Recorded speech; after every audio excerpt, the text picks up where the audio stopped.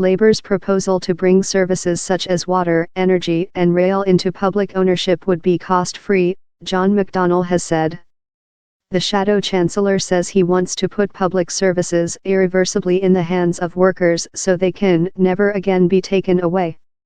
In a speech in London, Mr. McDonnell said privatization had failed. However, the Conservative said his plan would cost taxpayers billions of pounds and lead to worse services. Earlier, Mr. McDonnell told Newsbay Radio 4's Today program taking services into public ownership would not ultimately increase the burden on taxpayers because government bonds could be swapped for shares in a revenue-producing company. It would be cost-free. You borrow to buy an asset, and when that asset is producing profits like the water industry does, that will cover your borrowing cost, he said. A report earlier this week by the Social Market Foundation, commissioned by a group of water companies, estimated that the upfront costs of renationalization would be £90 billion. But Mr. McDonnell said utilities could be managed more efficiently under public ownership, because they would no longer have to fund dividends for shareholders.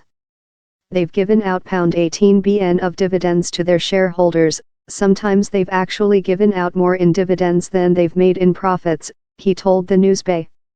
In his speech to Labour's Alternative Models of Ownership conference, Mr. McDonnell said the best way to protect public services for the long term was for them to be owned by the public.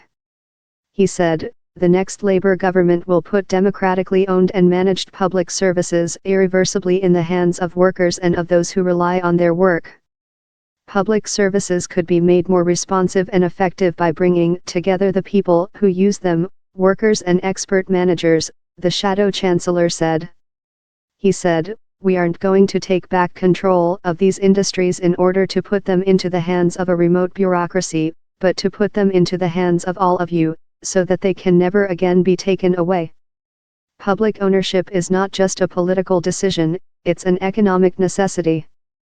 We'll move away from the failed privatization model of the past, developing new democratic forms of ownership, joining other countries, regions, and cities across the world in taking control of our essential services. By Joe Linham, Newsbay business correspondent. It's not unusual for private companies in trouble to do a debt-for-equity swap. To save the business, those investors who own shares, equity, lose everything, and those investors who own the company's less risky bonds, debt, get those shares.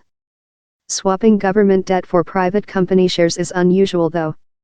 In theory, the Treasury could issue new government bonds, known as gilts, and hand them over to the private owners of water or electricity companies. That would then make taxpayers shareholders in the utility in question. But all the existing contracts would continue in force. So salaries and bonuses would have to be honored, as would contracts with all other private sector suppliers. The new owners, taxpayers, would also need to retain experienced staff to do often very specialized work. If those skilled staff thought they'd earn more in the private sector, that may be an issue. Treasury Chief Secretary Liz Truss said, Labour would put politicians in charge of running everything from the phone lines to electricity supply, meaning people have nowhere to turn when things go wrong. That didn't work last time and won't work this time. An UK business group, the CBI, said Labour's calls for nationalisation would wind the clock back on our economy. Its managing director for People and Infrastructure, Neil Carberry, said, if Labour turns its back on good collaboration between the government and the private sector, public services, infrastructure, and taxpayers will ultimately pay the price. In the speech, Mr. McDonnell also announced the creation of a working group to look at how cooperatives can grow, expand, and access funding, including the possibility of giving employees a greater right to own shares in the company they work for.